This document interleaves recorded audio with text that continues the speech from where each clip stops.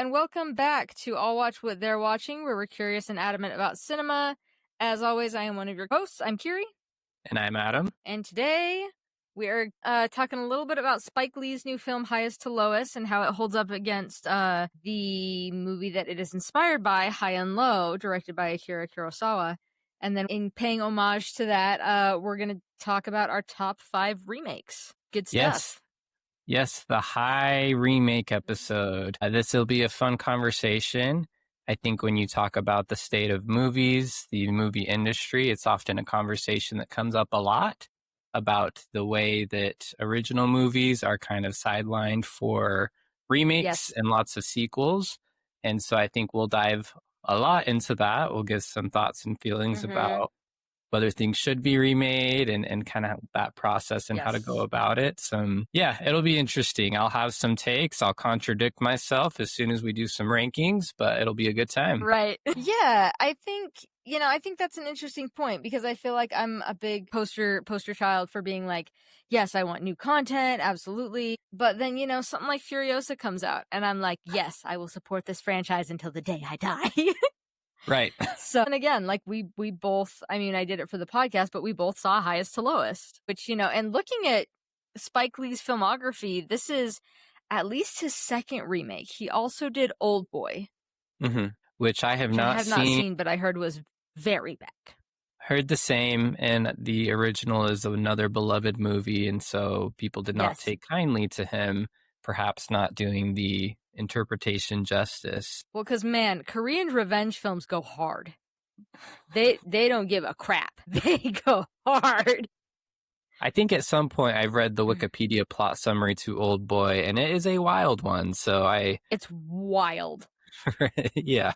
I haven't seen it because of that. I've done enough research and know enough about it that I'm like, I don't think I want that. I've seen like the very famous, the famous hallway fight scene, and I've seen some various famous scenes, but just in general, I'm like, I don't think I want to do this.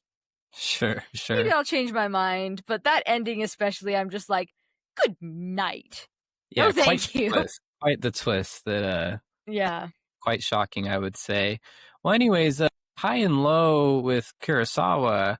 As we were talking about doing this episode, you were really excited, especially about Kurosawa. You hadn't seen High and Low yet. Do you want to talk a little bit about your experience with his movies and kind of what that started out with and why you like him? Sure, yeah. I've been wanting to watch a lot more of his filmography just of late. The first one I ever saw was Rashomon, which I liked. I think it's great. And that one, I ended up picking it for like our family's movie club. We rotate picking movies every month, and I wanted to watch a Kurosawa, and that was the shortest one, and I figured that was the one I could probably get my family on board with, even though I wanted to watch Seven Samurai, which is 3.5 hours long. And then shortly after that, I had watched Ikiru with some friends of mine, and that one's very kind of somber, definitely making a statement kind of about bureaucracy, about how do humans react when faced with their own, mortality. Ikiru is a very like cerebral film. And then I bought Seven Samurai, the most recent Criterion sale. I haven't seen it yet. And then Ran is another one, very famous. So he has a whole ton of ones I've been wanting to watch. And High and Low was one that caught my eye. So yeah, when we talked about Highest to Lowest and when you had mentioned, oh hey, it's a remake of Kurosawa's High and Low, I was like, well, 10 out of 10, let's do it. And we'll kind of get into this more. I think I don't know which one we want to talk about more, but I loved High and Low. I think it's a masterpiece, and we can kind of go into why. But you hadn't seen a Kurosawa film up till this point, right? Right, and you encouraged me to watch. I recommended you see Rashomon. Rashomon is I'd say an acquired taste. There's a lot of, the only thing I'll say about that before we move on is a lot of very just loud, bombastic laughing from many of the characters that you're just kind of caught off guard by a little bit. I was curious if High and Low was going to take that same approach, and they did not. But some of the camera work in that movie is just some of the best you'll ever see. So I was extremely impressed with that. But that's I wouldn't necessarily recommend that my family watch that one. Yeah, no, and like I said, I hadn't seen it, so I was basically just like, I wanted to either watch Rashomon, Throne of Blood, or Seven Samurai, and I went, which one's the shortest? Rashomon. That's the one I'm picking. That way they only have to deal with this for an hour and a half if they hate it. There you go. I wouldn't say they hated it. They found it, you and I talked about this a little bit, it is a little dry, and that might just be, dumb, modern ADHD American brains, or it might be a little dry. But also, I mean, it was pretty early on in Japanese cinema too, so they were still getting used to kind of like what you could do with camera work. There was lots that, so yeah, the large bombastic laughter is because like they were still kind of getting used to how to adapt stage to film.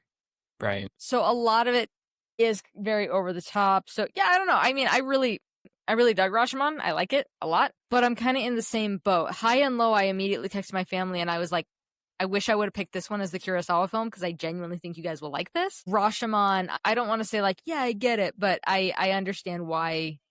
Had I seen it first, I wouldn't think that they would like it. Right. Let's get into High and Low. I did say I'm going to watch Highest to Lowest first because High and Low is likely going to be a masterpiece. So let's get the remake first and then we'll go back and see that. I actually wish I'd done it opposite, but that's okay. I kind of do too, because I feel, yeah, let's talk about Highest to Lowest first. But the reason I would say I agree is because I felt like I didn't have context for things with Highest to Lowest. So when it finished, I was like, I don't feel like I can really give this a star rating until I see High and Low first. So I don't know. I feel like I didn't quite have a good like starting point, like a good pulse check for it until after I had seen High and Low. What about you? Yeah, I agree with that. I think there's times in Highest to Lowest when it's winking at you, someone expecting you to have seen High and Low to kind of catch a reference or to Right. see something that it's doing. I think that because there are similarities, at least in the first hour or so of both of these movies, basically Highest to Lowest does a pretty faithful, not shot for shot, but basically plot wise, the first hour is essentially the same.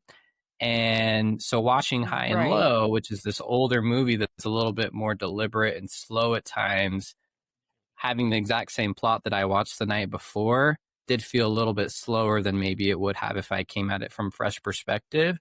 So that first part where it's just the kidnapping that is doing exactly what Highest to Lowest does, that part I did feel a little bit, there were things I was engaged with, but plot wise, I was like, oh, so this is just Highest to Lowest was just a beat for beat remake of this. I know what's going to happen next.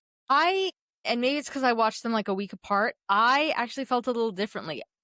During Highest to Lowest, and I tend to have a problem with this with movies in general that come out nowadays, I was like, how much damn exposition do we need? So like, I was like, we are 30 minutes in and nothing has happened. I felt like High and Low has some of the best pacing in a movie, period.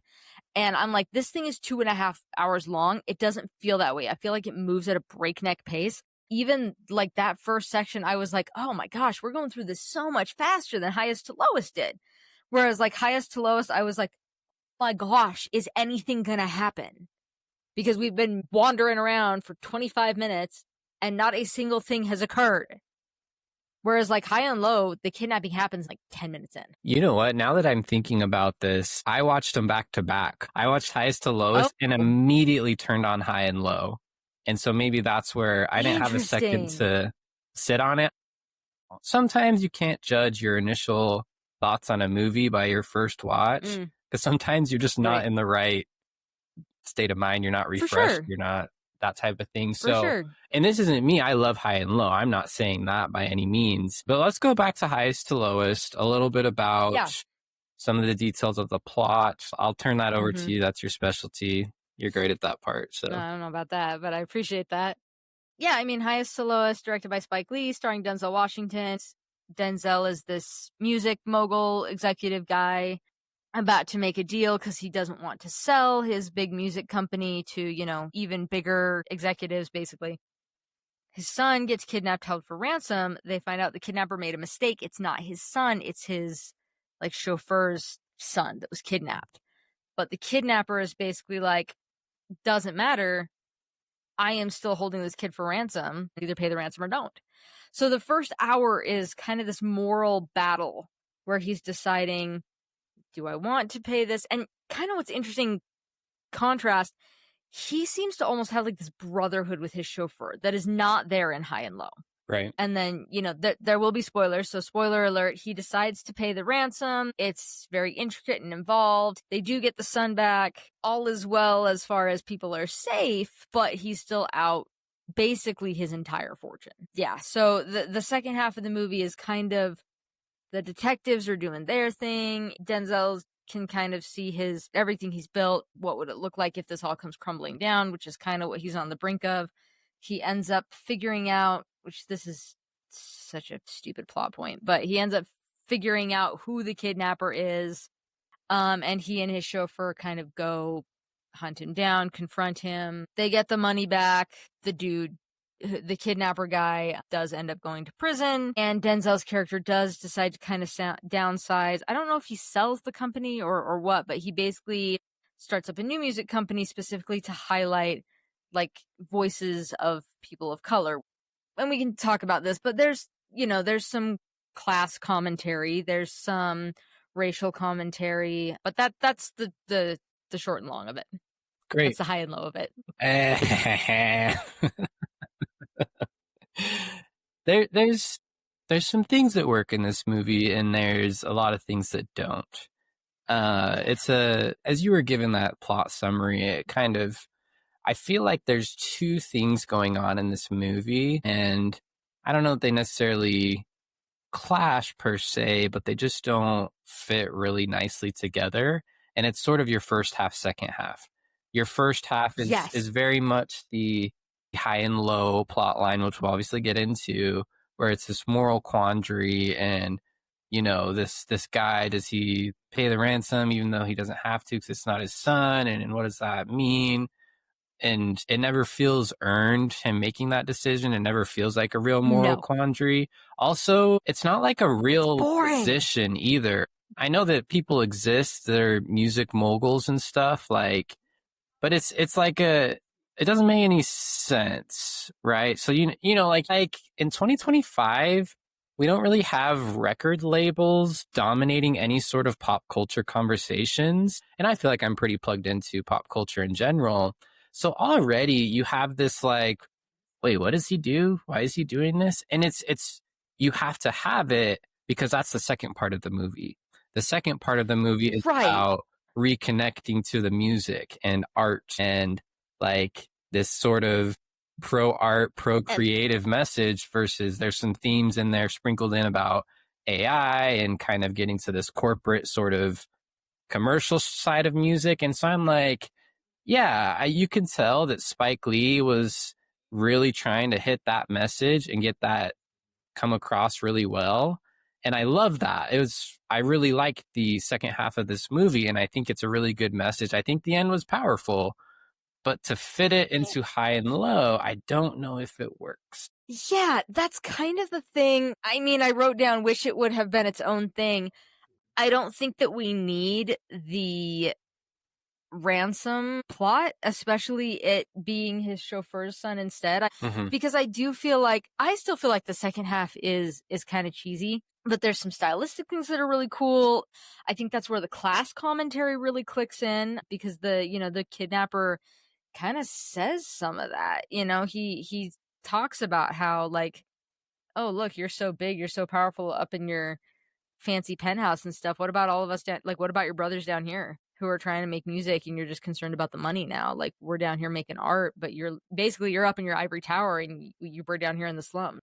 I just don't feel like the first half is necessary. Like you said, it doesn't feel earned. I think it's boring as hell. I don't find it boring in high and low. Highest to lowest, I find the first hour mind-numbingly dull. I don't care. I don't care. Make your decision and then let's go for it. I just don't care. I am so sorry, whoever plays his wife. I don't have her name written down.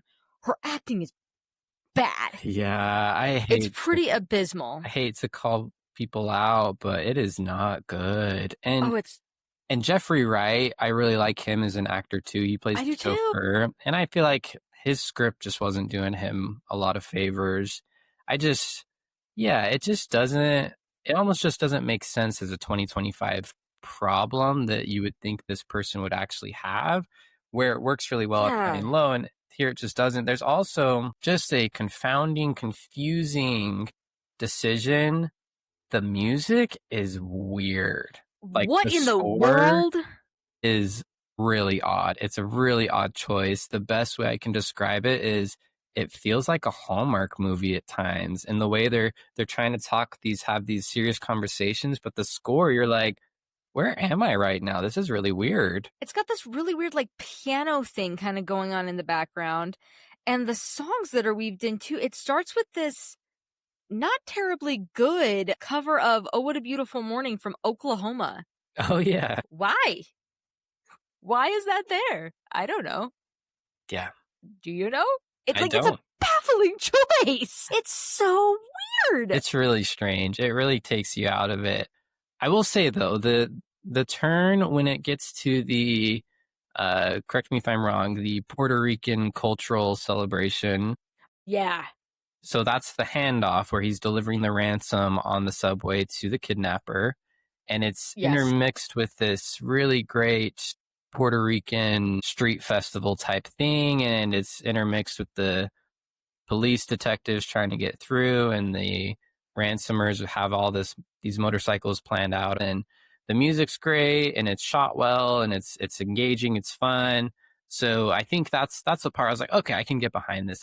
But to get there just didn't make a lot of sense from a plot perspective. And I'm not one to, Yeah. I'm willing to suspend my disbelief for many plots, for many things, but this one just felt off. Well, and I remember, because again, I didn't know the story of High and Low. So when he decides he's going to pay it, and then he goes to the handoff, I'm sitting here being like, do we have any, like, does this moral quandary go farther? Like, yes, he's made this decision, but now is he going to regret it? Is he going to do this, that? And like, kind of what you said, it doesn't feel earned because he doesn't do any of that. He decides to pay it and he's all in, and that's it. We don't really see him like come to that decision. And then there doesn't, like, even the end, and we'll talk a little bit about High and Low in a minute, but with High and Low, we see the repercussions. Right. This executive does not come back from it. No, it ends on quite a somber note even. And like this one doesn't. This is very almost like triumphant, like, yeah, he's going to connect back to the music. It really takes like a very positive, like happy ending spin on it. Whereas High and Low, you can see that he's picking himself back up. They're not destitute. He did get his money back, and he's starting with another company. He's no longer this bigwig executive. The way I see it is like, it shows real life. It's not this squeaky clean, like, if you do the right thing, like, everything's going to work out okay. No, it's not. He gives up the money, and the police do get the money back, but by the time they come back and they're like, hey, we recovered the rest of it, they look around, they're like, oh, we're too late. And Mr. Gondo is pretty much like, yeah, like my stuff's getting seized. Yeah. That's life. Great points. Back to highest to lowest. Was I just picking up on this and shouldn't have, but did it seem like Jeffrey Wright's character was like involved in the kidnapping? Because I had not seen High and Low, I was wondering if that was the case, especially because they kind of make a point to be like, he's an ex-con, he's done this shady stuff before. It's really weird decisions. Yeah, because I thought that too. I was like, oh, was he involved? No, he wasn't. And I think they make that clear by the time that they're, he's out for blood, basically. Right. But yeah, I'm just going to come out and say it. I think the idea of making the show for like an ex-con and all these things was so dumb. I thought it was so dumb. What's the point? Is my question. And again, if he wasn't involved with the kidnapping, why did you kind of hint that maybe he was? That's just such a weird thing to do. Yeah, I don't know. I think making him an ex-con made no sense other than maybe to add some depth to that character.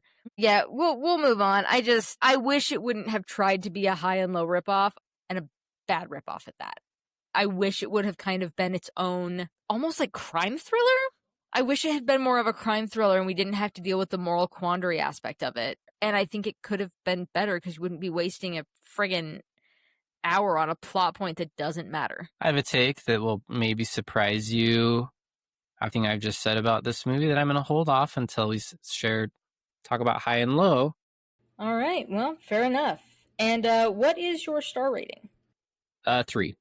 I was hovering around 3, and then I watched high and low, and I'm sitting at 2.5 for highest to lowest, and I even might be a little bit gracious with that. I get it. Yeah, there's some issues. But high and low, loved it. Yes, and so you gave an excellent plot recap of highest to lowest. High and low is similar. Instead of Denzel Washington, who's a music mogul, you're following this character who's kind of a executive at National Shoes. And so it starts off with this meeting between a couple guys that also work there that are like, hey, we've got the votes to oust the president, make a new person president. And he's like, no, I've got my own plans. I'm going to do this thing. I'm going to buy these other shares. I'm going to become in control. So you can have this sort of businessman that's very calculated and very smart and very engaged in what he's trying to do. And then, of course, the same plot happens with his son is kidnapped, but it's actually a chauffeur. The main difference here being that the chauffeur then is this very, very meek, shy, very submissive type individual compared to Mr. Gondo. And so you can see the real moral quandary of, does he pay this ransom? And I think you actually feel like maybe he won't at various times, when in highest to lowest, you're like, he's going to pay it. We all know that, but. Right. Well, because in high and low, first of all, there's no real connection beyond, like, their sons play together, and, like, no offense, but, like, kids will play with anyone. But yeah, there doesn't seem to be, like, this brotherhood, this familiar bond the way there does in highest to lowest. And I also feel like, I kind of feel like the stakes are higher in high and low. It definitely feels that way. Because it's kind of a different setup. It's this idea of he's taking, similar in that he's liquidating all of his assets, and he's going to buy out basically majority shares of the company. So there's more of a time pressure on it. You know, he's got to have the money basically that night, the night the kidnapper calls. Like, his assistant is ready to walk out the door and get on the plane when he stops him. And it is more of this thing, like with Denzel, it's more of like I think he's gonna be okay. It's just, it's his dream. He's gonna be losing some things that he would have loved. Whereas this, it's like, if he pays this ransom, he's screwed. Right. Financially, career-wise, like, this guy's screwed. Yeah. So those stakes are higher.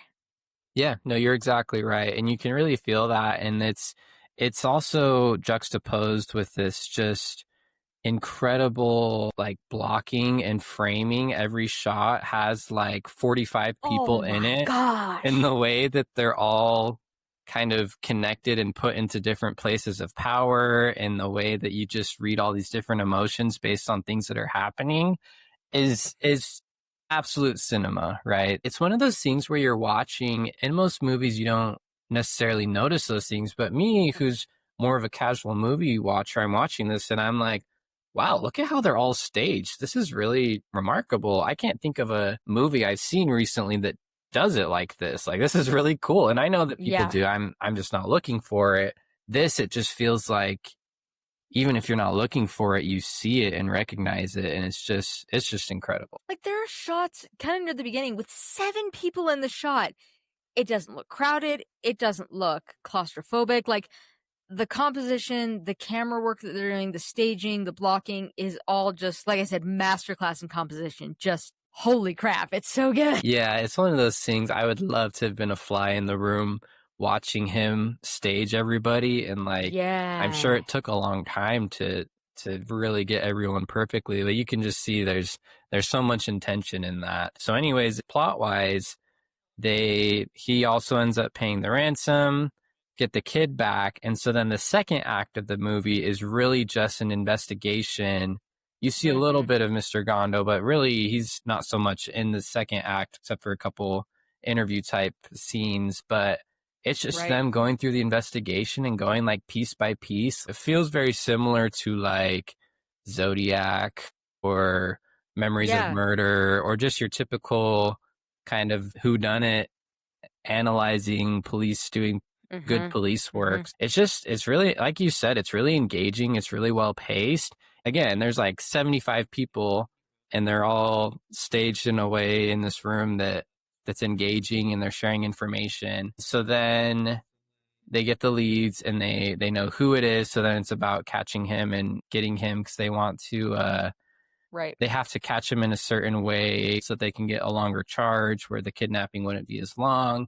And so then you follow the kidnapper for the third act and kind of watch him living in more destitute, poor circumstances. And he kind of goes through the drug row and kind of all that's involved in there. And so then you eventually catch him and have some similar parallels to Highest to Lowest, but really engaging, really, really great movie. It's a good time.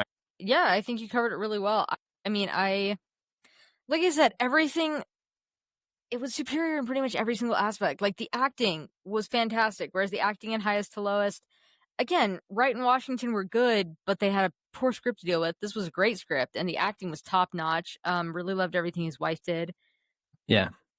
Writing solid, the composition is great, the pacing is...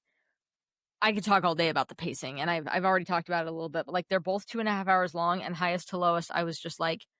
I felt like I felt the 2.5 hours, and I was like, this could be shorter, which is, you'll find that both you and the viewers, any movie that's longer than 2 hours, I usually am like, you know what? This could have been shorter. This could have been 2 hours. You could have cut 20 minutes out of there. Highest to Lowest, I felt that. I was like, you could have cut a good chunk of this out. Whereas High and Low, I was like, I feel like every single piece worked. I felt like it moved at a pace that I was on board with. There was no time where I was just like, oh, this is such a slog. I was in it. I was excited. I feel like the moral quandary is more of a moral quandary because there isn't this sense, like you said, with Highest to Lowest, there's this idea where you're like, Denzel's going to pay it.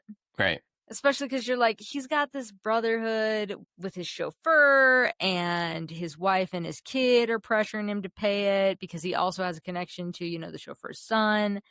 Whereas High and Low, it was like, even watching Highest to Lowest, I was like, do they diverge at this point? Because I don't think this guy's going to pay. Yeah, no, I had the same thought. It really feels that way. It does a really good job. So I think it is more of a moral quandary. And like you said, this one feels earned. Like, you feel like you see him going back and forth. You see him kind of being like, okay, well, don't leave with the money yet. And then he's like, okay, I'll just tell the kidnapper I'm going to pay it, but I haven't decided if I am or not.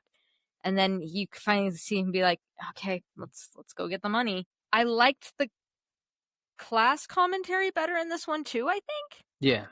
I like that throughout the film, you see the kidnapper like living in destitution. You see him being able to see Mr. Gondo's house. And he says that at that confrontation in the prison at the end. Also, that acting at the end there from that kid, so where he starts shaking, I was like, oh, it is good stuff. Yeah. This is good stuff. And same thing, that scene in Highest to Lowest, I was like, okay. Yeah. In this, it's different because in Highest to Lowest as well, like, he's only getting a handful of years or something. And High and Low, like, this kid is on death row. And you see almost that, like, you see his body and his mind kind of register that that's going to happen to him. And you see him being like, there were nights I couldn't sleep because I was too hot. There were nights I couldn't sleep because I was too cold. And for him to be like, yeah, and I would look out my window and see your house every night. And it just looked like a palace. Like, that just hit. And maybe it's just me, but that hit more as far as the class discrepancy, more than Highest to Lowest did. Highest to Lowest, I was like, yeah, I can see that, especially when you see Denzel kind of in the lower income parts of town. But it hit me more powerfully in High and Low. Yeah, I saw someone on Letterboxd that said Mr. Gondo's net worth is equivalent to about $3 million today. So when you, okay, I think we've just been conditioned so much. Just the current wealth disparities in our culture are so conditioned and propagandaed out of us that I think it's sometimes harder for us to recognize and understand that. And you just feel it. You really see it really well in High and Low. Even if by today's standards, it's not it's still a dramatic, obviously, change in wealth. And I'm not a millionaire by any means. So I would certainly envy or covet someone that is a millionaire and can afford a house, right? I'm not going to be able to afford a house anytime soon. And so I just feel like the emotions of it you can feel versus I don't know what, like I said earlier, I think Highest to Lowest has two things going on, and one of them works and one of them isn't working, and it's not working together. Yeah, I agree. So, I mean, we talked about our star ratings, but to recap, I mean, high and low, 5-star for me. I'm like, it's a masterpiece, full stop. 4.5. I have to ask you, how did they do that pink smoke? Oh, that is hand colored in. No kidding. Yeah. You'll see. Have you seen, it's called The Great Train Robbery? It's a silent film. But you see them like blow up you see like a small explosive device blow off because it's blowing up a lock. And same thing, that was hand colored in, just in post. It's this fun surprise that we're in this black and white movie and there's pink smoke. Look at that. It's actually pink. Yeah, very cool. So I think as far as recommendations, I would say High and Low is one that I think I could recommend to almost everyone. I would say give it a chance. It is a black and white film. It is a subtitled film. It's in Japanese. I would say it's a good time. I would say if you're even a little bit exposed to like old or international films, I would say give it a shot. Highest to Lowest, in my opinion, unless you're, diehard Spike Lee or diehard Denzel Washington fan, I think you could skip it. I don't think you're going to get much out of it, is my take. What would be your recommendations going forward? I can agree with those takes, but I'll give you my other take now. Now, I said it isn't a perfect remake, and it maybe the remake part of it maybe isn't even good. But what I will say is I think it's a good thing. I think where this is a good thing is someone like me who never even heard of High and Low, knew nothing about it, maybe wouldn't have ever really been exposed to it. But people are like, hey, Highest to Lowest is a remake of this, guy named Kurosawa is High and Low. And I'm like, what's that?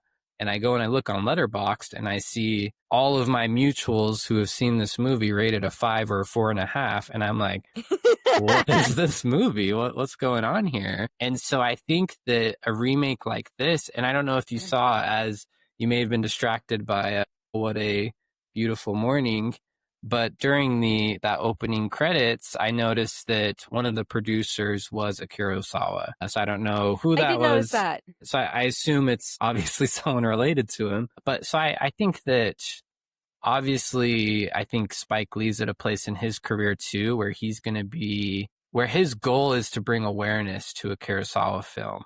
He's not making Highest to Lowest to make it better. He's making it because he loves it. So that's my take, where I think overall something like this is a good thing, where maybe sometimes remakes aren't. Yeah, I get on board with that. That's a good pivot to start talking a little bit about our top 5 remakes. And again, I think probably a common theme you'll see between us is when people do something either creative or doing it in a way that does kind of open up to a newer audience, I think is the right way to do a remake. And so that's a good introduction point as we talk about our top 5 favorite remakes.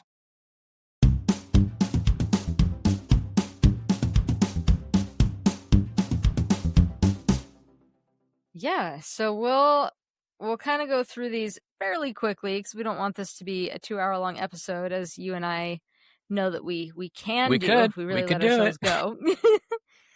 But yeah, we'll kind of go through.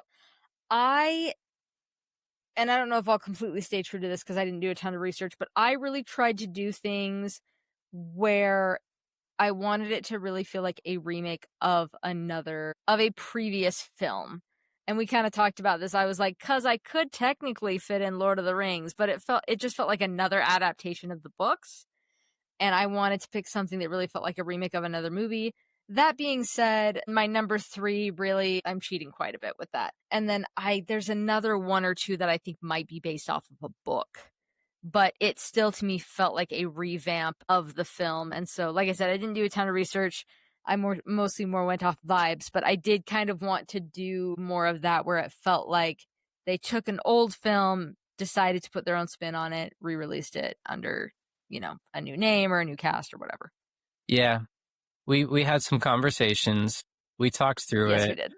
I think our lists follow the spirit. Listeners, they convinced me one way, and then we went another way, and we're just Right. we're just working through it. Yeah, maybe there is some shade thrown at me that Kiri doesn't think some of mine are real adaptations, but I think it fits the spirit of it. Yeah, and I think that we don't have to get into it now, but I think that that's where a lot of things go wrong when you're trying to adapt something. So these are, and here's my other, I just had that big, deep take about highest to lowest and how it's a good thing for high and low because it gets people to open up. That's where I'm going to look like a hypocrite because I hate to admit it, but most of my selections, I have not seen the original. So my bad, but they're great movies. I like them. So they're on my list. All right. Yeah.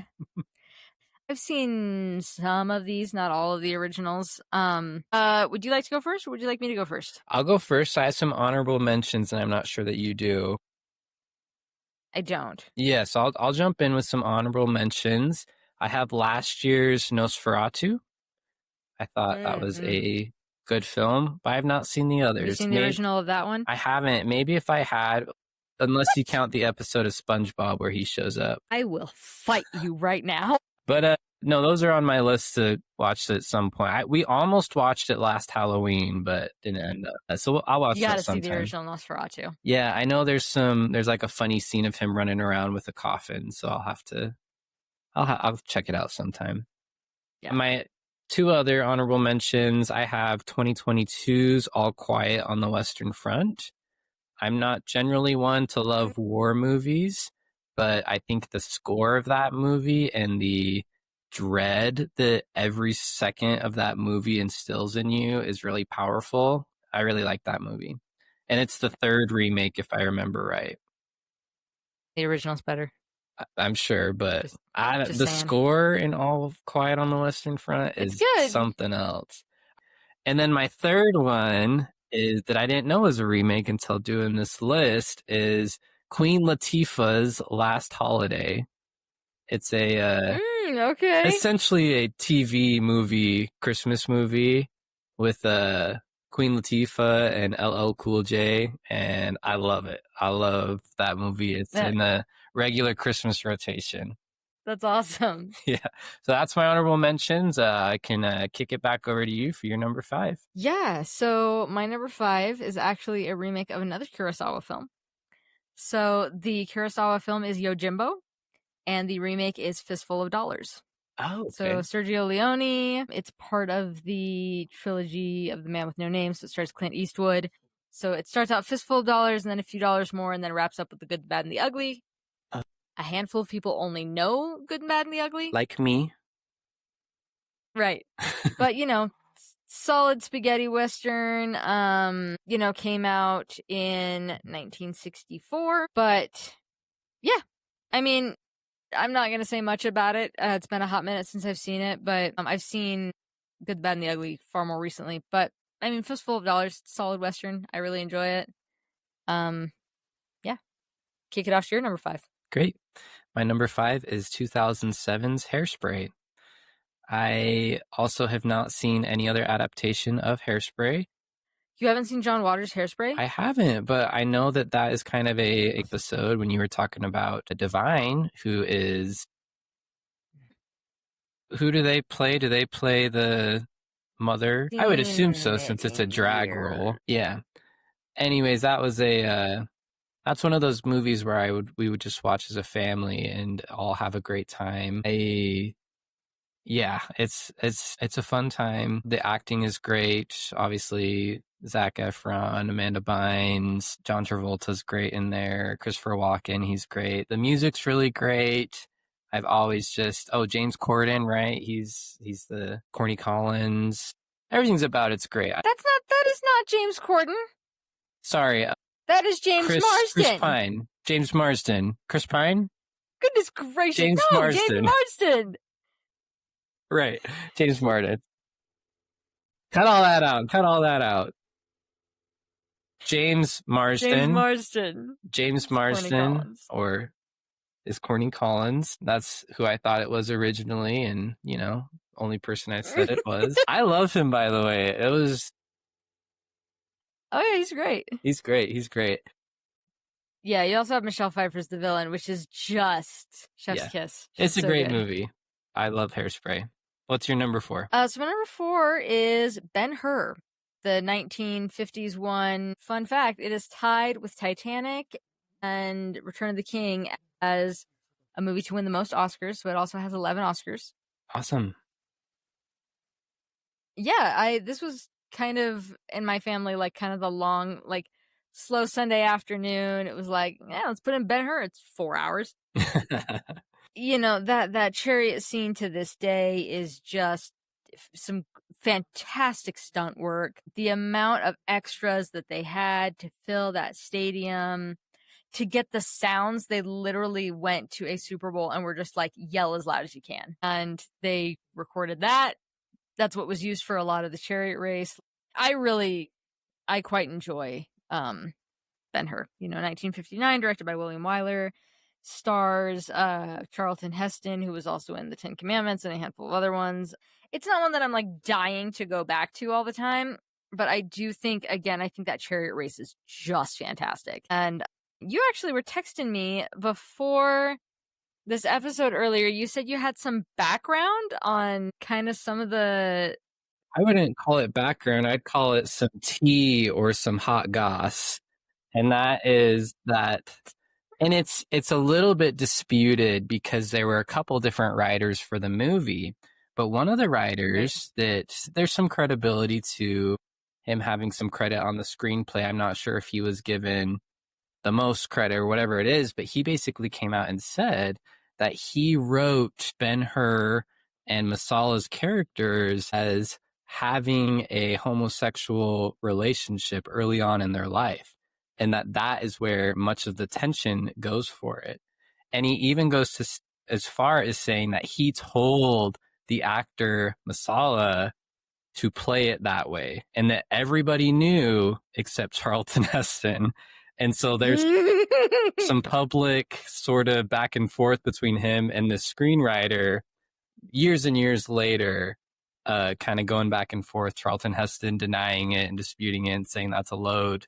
The screenwriter being like, nah, man, I wrote it. I told him, yeah, man, you can play it however you want, but that's how it is. See, it's funny because when you said that too, I was like, oh, I bet Charlton Heston did not like that. Right. If you haven't seen it and you don't want to invest 4 hours into the film, you can look up the chariot race scene on YouTube. Just go see that, because that is some movie making. It's some good stuff. Way. This is also the second of 3 adaptations as well, right? Yes, because then there was one that came out in 2011 that I would rather not talk about. Did you see it? I saw parts of it and that was all I needed to see. Fair enough. I saw a few clips and I was like, yeah, I'm good. But what's your number 4? My number 4 is Peter Jackson's King Kong in 2005. Interesting. Yeah, okay. Yeah. As you talk about long movies, right? This one is like 3.5 hours long as well. And there's an extended scene Peter of Jackson loves those long movies. Yep, giant monkey ice skating. So what else could you ask for in a movie? Maybe some chariot racing. But this is one that it's similar to another one further down my list, where it seems like the director really caught on to something early on in their life and really, really wanted it. So when Peter Jackson was 9 years old, he first saw the 1933 film and was in tears in front of the television when Kong was shot and fell off the Empire State Building. At age 12, he attempted to recreate the film using his parents' 8mm film camera and a model of Kong made of wire and rubber with his mother's fur coat for the hair, but eventually gave up on the project. So it was his favorite film and was his primary inspiration for his decision to become a filmmaker as a teenager. So not to, completely throw this off, but Guillermo del Toro is another one who has a lot of like things he saw and loved in his youth. Yeah. Which then inspired him to go. I mean, Shape of Water is his take on Creature from the Black Lagoon. Right. Pacific Rim is his take on Godzilla. I love Pacific Rim. Pacific Rim. Good for him. So jumping Yeah. off that point, actually, because this conversations with Universal started right when Peter Jackson was getting popular as a filmmaker, and they actually offered him Creature of the Black Lagoon to remake, and he turned it down. Dang. Yeah, so this was in like the late 90s. Have you seen the original? King Kong? No, Creature from the Black Lagoon. I haven't. Yeah, maybe this Halloween I'll watch that. I was about to say Halloween might be a good. Yeah. So anyways, they had asked him, and he was hesitant to do King Kong, but then ultimately was like, well, actually, I don't want anyone else to mess it up. I got to do it. And he says that him and the writers, they based the screenplay off of the 1933 film rather than any of the later ones. So yeah, I think Peter Jackson is one of the great filmmakers and just knows scale and big monkeys and dinosaurs fighting. And I'm there for that. And climbing big I can see buildings. that. I'll admit it's been a while since I've seen it as well, but good time. What is your number 3? So this is the one where I say I'm kind of cheating. My number 3, I'm also cheating, so it's okay. Okay. This remake has so little to do with the original, as far as I understand it. I haven't seen the full original. But mine is The Mummy. So, like, I've been making my way through the Universal monsters, Frankenstein, Bride of Frankenstein, The Mummy, The Invisible Man, all those. And as far as I understand, there is very little to do with the Universal monsters black and white version of The Mummy and the one, with Brendan Fraser, and I think it's a great time. I can pretty much put on The Mummy whenever and have fun with it. Sure. I think it's a blast. I think it's, relatively family friendly. I think it's just, I think it's hilarious. I like, the lore, the mythology, as well as just kind of the action and where it goes. I think, Brendan Fraser and Rachel Weisz's characters are just a good time. I like the brother Jonathan. Like, just find this movie to be a blast. It's not a 5-star movie. It's not a masterpiece. I don't care.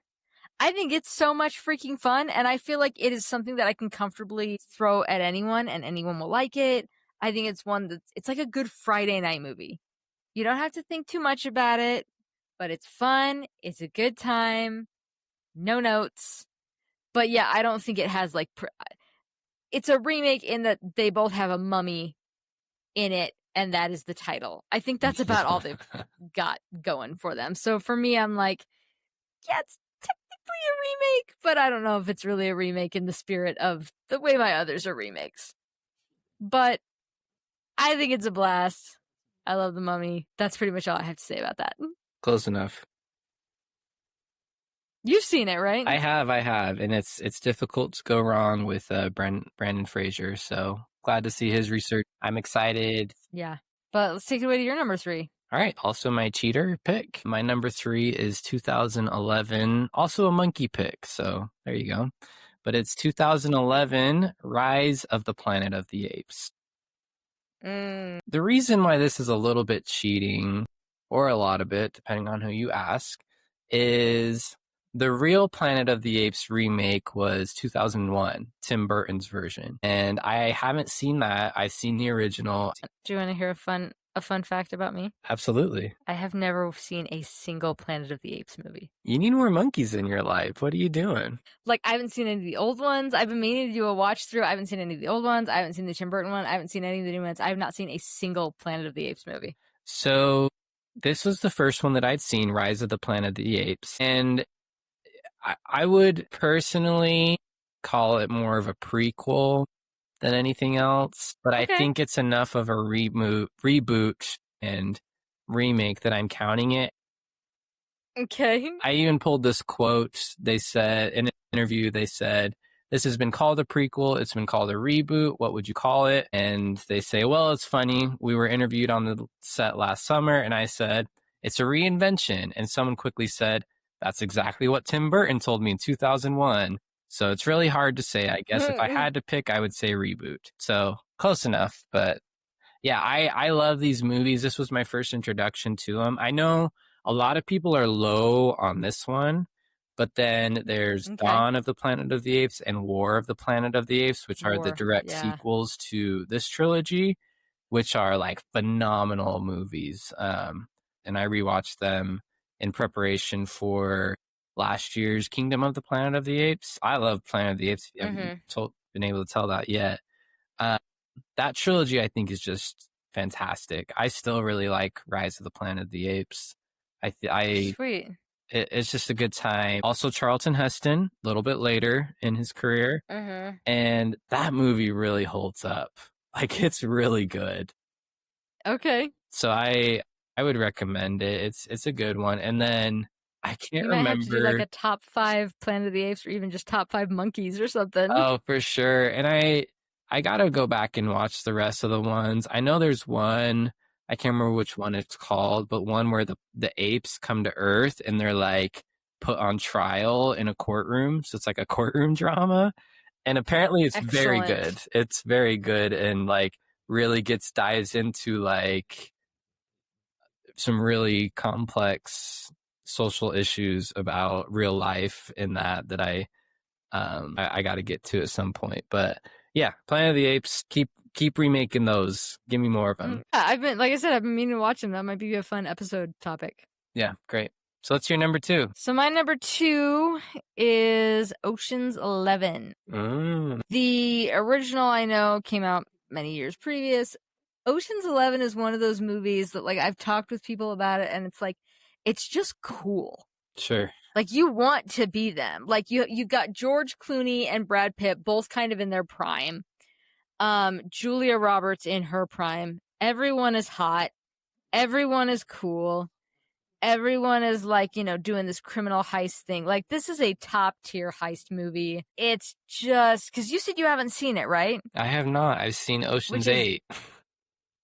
Baffling to me that you have seen Ocean's 8 and not Ocean's 11. Baffling. No, we might have to do an arts versus charts with this one because Sure. holy crap. Ocean's 11 it's a very like, I don't want to say it's a guy movie because I know a lot of women who like it, but I would say it's very much like, it's just a top tier heist film. It's cool seeing like the plan laid out, seeing the plan go into action. It's the same. Have you seen Logan Lucky? I have, yeah. Same director. Okay, cool. Yeah.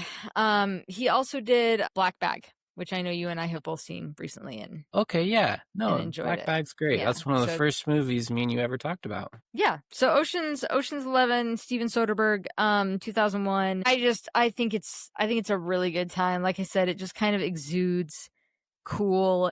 It's fun. You've got these stakes. It's money, and George Clooney's also trying to get the girl. It's kind of one of those like The Mummy where I'm like, I think it's just a blast. The Mummy kind of leads into a little bit of the camp and the cheese, and I'm Sure. kind of here for it. Ocean's 11, I don't think is. I think Ocean's 11 is just. I haven't seen it in years, but I have a hunch that if I were to watch it today, I would be like, oh yeah, it's a masterpiece. Yeah. Because I remember really liking it. I think it's so intelligent. I mean, Steven Soderbergh just is good with movies like this. It's so intelligent.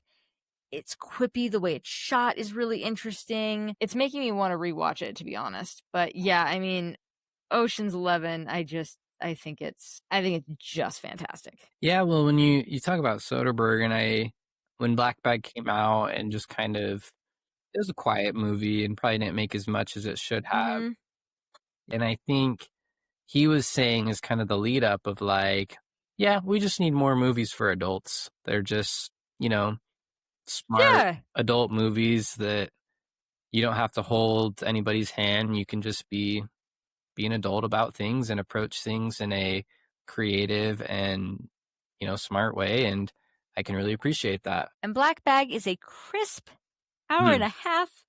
And whenever I see a movie that is an hour and a half, you'll just see my face just lights up. I get so happy when movies are 100 minutes or less. It just thrills me to my very core. Good. And it has Cate Blanchett, who is my queen. Yes. And Michael Fassbender, who's my king. Oh yeah, he's great. No, he's great. Let's take it away with your number 2. All right. My number 2, again, we kind of get into this fuzzy is this really a remake of a movie or I don't care. My number 2 is The Muppet Christmas Carol. And now if you Okay. ask me, what movie is this remaking? There is literally a Wikipedia page devoted to the adaptations of A Christmas Carol. I tried The counting one I them. grew up Go ahead. The one I grew up with was Mickey's Christmas Carol, Oh, which let that's me tell you, another good one. that packs a lot of story into like 25 minutes. That thing is absurd. Right. I was counting them and gave up after 30 on this Wikipedia page. There are so many adaptations of A Christmas Carol. So I think it's impossible to say that A Muppet Christmas Carol did not pull from other movie adaptations. So it is absolutely a remake. I don't care. I think the best part about this movie is Michael Caine, obviously. And I think many people have heard this quote, but he said, I'm going to play this movie like I'm working with the Royal Shakespeare Company. I will never wink. I will never do anything Muppety. I am going to play Scrooge as if it is an utterly dramatic role and there are no puppets around me. And that is movie magic. It makes the I've seen another quote where it's basically it talks about, because Tim Curry plays Long John Silver in A Muppet Treasure Island, which that movie is like a fever dream. But it basically is like Tim Curry and Michael Caine are the two best people to ever be in a Muppet movie, because Tim Curry views himself as just another Muppet, and Michael Caine views all the Muppets as other real actors. And I'm like, I think that's kind of true. Like, Tim Curry really leans into like the ham of it, and he is just like cheesing it up and being this over-the-top fictional Muppety character, and Michael Caine, plays it straight. So this movie is great. The music's great.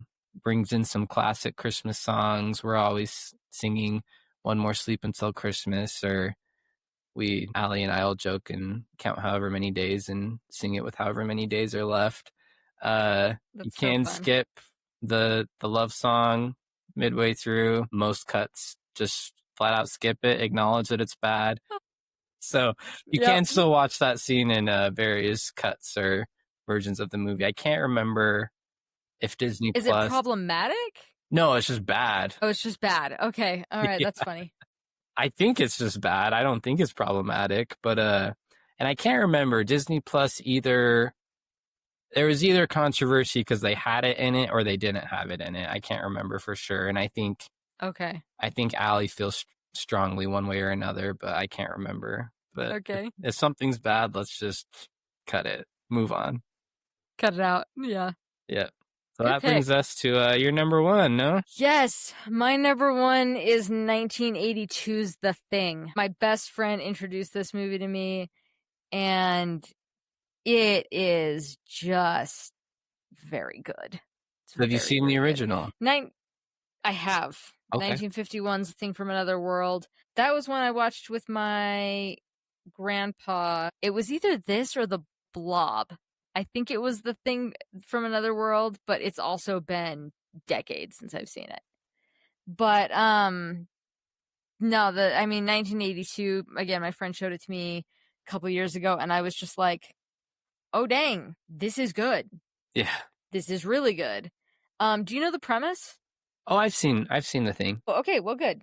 We watched it last Halloween, actually. You surprised me with your Ocean's 11 nonsense, so now I don't know anymore. Hey, my Letterboxd is pretty up to date. You can do your research.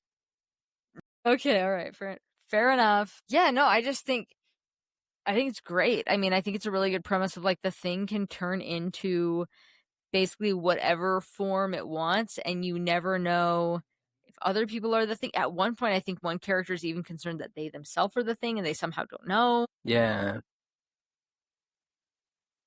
I think it's a great, thriller. I think it's got some really awesome and gross VFX. You've got Kurt Russell, Keith David, you've got some just fantastic casting. Yeah, I top notch. I think The Thing is I think it's a great remake. I think it's a thrilling film. I haven't seen the 2011 prequel, but I don't think it's good. I think the 1980. What was that? I don't think it's good. I haven't seen it either, but I think Yeah, I think that's I've the heard it's not very general. good. Yeah. But yeah, I mean, 1982 is the thing. I think it's top notch. And man, manly Kurt Russell with the beard and long hair. Oh Hot. yeah. I honestly see a lot of parallels. I would be curious to watch these movies back to back. The Thing with Alien, Oh, sure. of that same kind of, this remote group of blue collar workers now have to face down this horrifying creature. How do they do that? Who takes control? Do the other people let them take control? I think it's an interesting study in leadership. And anyway, like I said, I think it would be interesting sometime to watch those movies back to back and to see the comparisons between Alien and The Thing. But anywho, let's kick it off. Every time we're like, "Hey, we're running over. Let's move on." But yeah, could talk about The Thing for a while. But what is your number one? All right, my number one was my number one originally. We talked about what a remake is. I said, okay, Yes. I won't do it. And I said, you know what? I don't care. I'm choosing Dune. Dune Part 1, Nice. 2021. Dune Part 2, Nice. 2024. There have been two and a half adaptations of Dune before this. The first was David Lynch, and that was one. Yikes. Yeah, it's not great, but and David Lynch would admit that himself if he were still with us Oh yeah, today, he does and not like has. it. Just Villeneuve is his name. Villeneuve. Denis Villeneuve. Villeneuve said There you go. he was very excited when he learned that the book would be brought to the screen. He said, I remember watching the movie and being very mesmerized and impressed by how David Lynch approached it. But he does say that he was a little bit put off by some of the choices that he made. And so when he wrote the script, he chose, again, this is me contradicting myself, he chose not to take inspiration from Lynch's Dune and focus primarily on the book, but he's seen the movie. He had to take some things from it. So it is a remake. I don't care. Oh yeah. But there was also a TV series that people regard as much better than Lynch's, but still some issues, but people like it. That came out, I think, in like the early 2000s. I can't remember who was behind that one. And then there was also this really ambitious idea from, I don't know how to say this, I've already butchered 500 people's names this evening, but someone, Jodorowsky, and he envisioned a 14-hour movie of Dune. And there's actually a more famous documentary of him trying to make this movie and failing. I think it's just called Jodorowsky's Dune. I haven't seen it, but I'll have to watch it sometime. Part 1 and Part 2 are just some of the best movies of the last 10 years, in my opinion. I think I really dug Dune. Yeah, just everything about it is very good, and I like it a lot, and that's why it's my number one. Yeah, I've cooled on Dune a little bit. I would like to rewatch them, but yeah, I really dug both of the Dunes when they came out. But yeah, I mean, movies that deserve to be seen on a big screen.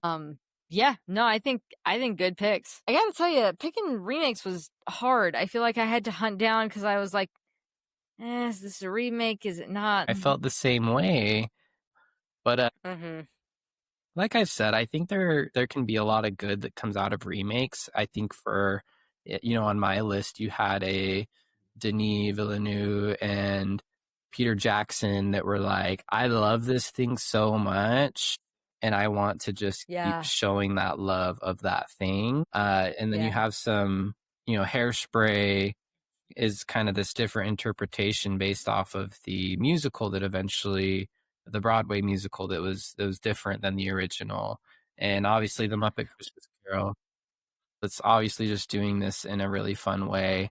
And so I think, again, I think there is still a lot of creativity that can come out of doing a remake. And I think probably the key is really showing a lot of care and love for that original and some purpose for why you're doing something new, which is something that has been devoid. I'll just say that the animated to live action just feel hollow for those main reasons, because what what's the point? What are we doing here? Yeah. Yeah, no, I think I'd have to agree. I think the animation to live action always feels like a cash grab. Unfortunately, people keep giving it money. Snow White bombed, but Lilo and Stitch did not. Yeah. Still go to the movies. It's still good to go to the movies, even if it's, something that maybe So us more pretentious people would prefer to see black bag, but that's fine. Right. But Kenny, in regards to that, you and I have been talking about One Battle After Another. Yes. That is just like making waves in the film communities. So you and I both have plans to watch that next weekend and record it. So hopefully we're going to try to get it up pretty much within a week of it being released in the US. And then we're also just kind of discussing it, giving our thoughts. But then we're also going to be doing another arts versus charts, or as we're calling it, arts versus charts. We're going to be comparing The Matrix because Adam wanted to do an arts v charts with The Matrix, and I saw the TV Glow, and I swooped in and said, no, this movie is based off of Ghost in the Shell. You haven't seen it. Let's do that. And then we pretty much decided that it's our podcast and we can do whatever we want and we can break rules or make rules as we please. So we're doing a very special arts versus charts, where we will be comparing The Matrix with both I Saw the TV Glow, which I have never seen, and the original 1995 Ghost in the Shell, which Adam has never seen. It'll be great. Can't wait. I'm so excited. Cannot wait. That's going to be a fun episode. But yeah, so we got a kind of a jam-packed episode next week, and I am excited. So Cool. We'll catch you guys next time. Great. Thanks.